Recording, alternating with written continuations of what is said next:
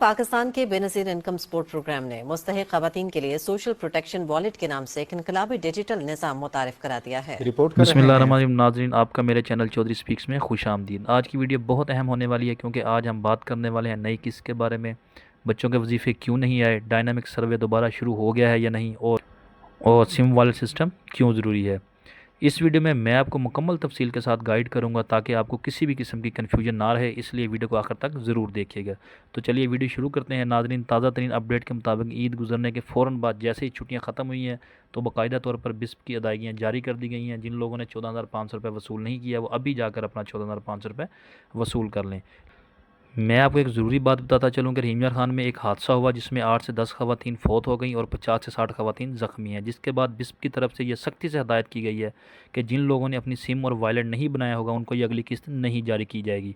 अपनी सिम फ़ौरन हासिल करें। अगर आपने सिम हासिल कर ली है तो कमेंट में येस लिखें, और अगर अभी तक आपने सिम हासिल नहीं की तो कमेंट में नो लिखें, ताकि पता चल सके कितने फ़ीसद लोगों ने सिमें हासिल कर ली हैं, ताकि आपका जो बैलेंस है वो सिम में डालकर आपको किस्त दी जाए, और अगर आपकी नाजायज़ कटौती होती है तो आप उस कटौती से भी बच सकें। बहुत ऐसे लोग थे जो परेशान थे कि उनको पैसे नहीं मिले या उनके फिंगरप्रिंट्स मैच नहीं हो रहे, तो अब सूरत हाल काफ़ी बेहतर हो चुकी है। अब ज़्यादा रश भी नहीं है, इसलिए आप आसानी से करीबी सेंटर या रिटेलर के पास जाकर अपने पैसे चेक कर सकते हैं और वसूल कर सकते हैं। अगर आपको पहले किसी वजह से अदायगी नहीं मिली तो अब आप दोबारा चेक कर सकते हैं। हो सकता है कि आपके पैसे आपके अकाउंट में वापस आ गए हों और आपके बच्चों का वजीफ़ा भी जारी कर दिया गया हो।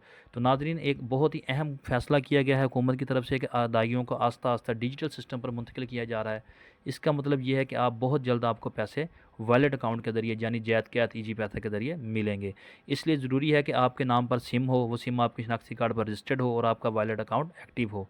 अगर आपने अभी तक सिम नहीं ली या अकाउंट एक्टिव नहीं करवाया तो फ़ौरन ये मुकम्मल कर लें, क्योंकि जो अगली किस्त शुरू होने वाली है वो किसी भी वक्त शुरू हो सकती है, और अगर इस वक्त तक आपका वैलिड अकाउंट एक्टिव ना हुआ तो आपको पैसे नहीं मिलेंगे, आपको बार बार चक्कर लगाने पड़ेंगे। इसलिए आज ही अपने करीबी फ्रेंचाइज या दफ्तर चले जाएं, सिम हासिल करें, बायोमेट्रिक करवाएं और अपना मोबाइल वैलेट एक्टिव करवाएं। तो बात करते हैं बच्चों के वजीफ़ों की। तो अब जो है बच्चों के वजीफ़े इस वजह से नहीं आए थे क्योंकि किस्त को 3 महीने होने से पहले जारी कर दिया गया था, और इस वजह से बच्चों का जो सिस्टम है वो ऑनलाइन कर दिया गया है। अगर आपके बच्चे स्कूल में 70% हासिल मुकम्मल करते हैं फिर ही आपको वो बच्चों का वजीफ़ा जारी किया जाता है।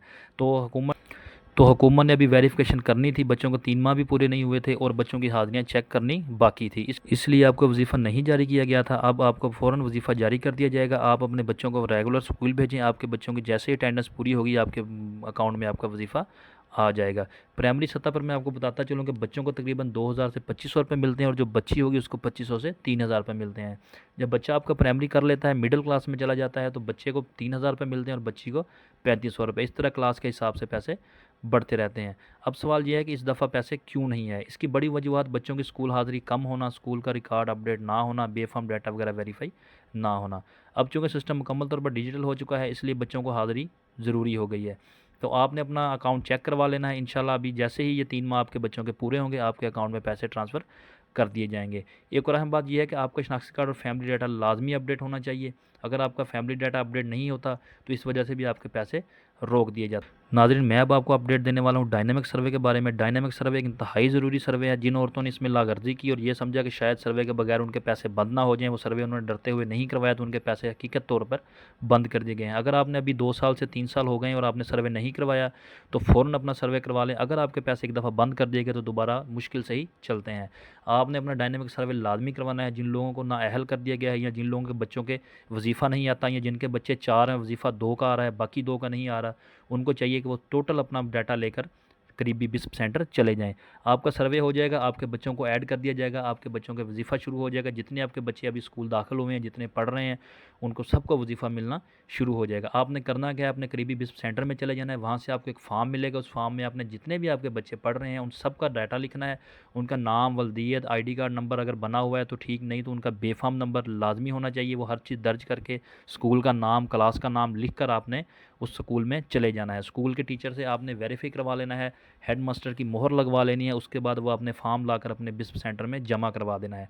आपका असल शनाख्ती कार्ड आपके पास होना चाहिए, बच्चों का बेफाम बिजली और गैस का बिल आपके पास होना चाहिए। जैसे आप अपना डाटा अपडेट करवाएंगे आपके बच्चों का वजीफ़ा भी जारी कर दिया जाएगा, और अगर आप नाअहल थे तो आपको दोबारा से अहल कर दिया जाएगा। अगर आप पहले किस्त वसूल करते रहे हैं तो आपको चाहिए कि आप ज़रूरी अपना सर्वे करवाएं, ताकि अगर आपको नाअहल कर दिया गया था या बिला किसी वजह के आपको पैसे मिलना बंद हो गए थे तो आपके पैसे दोबारा से शुरू किए जा सकें।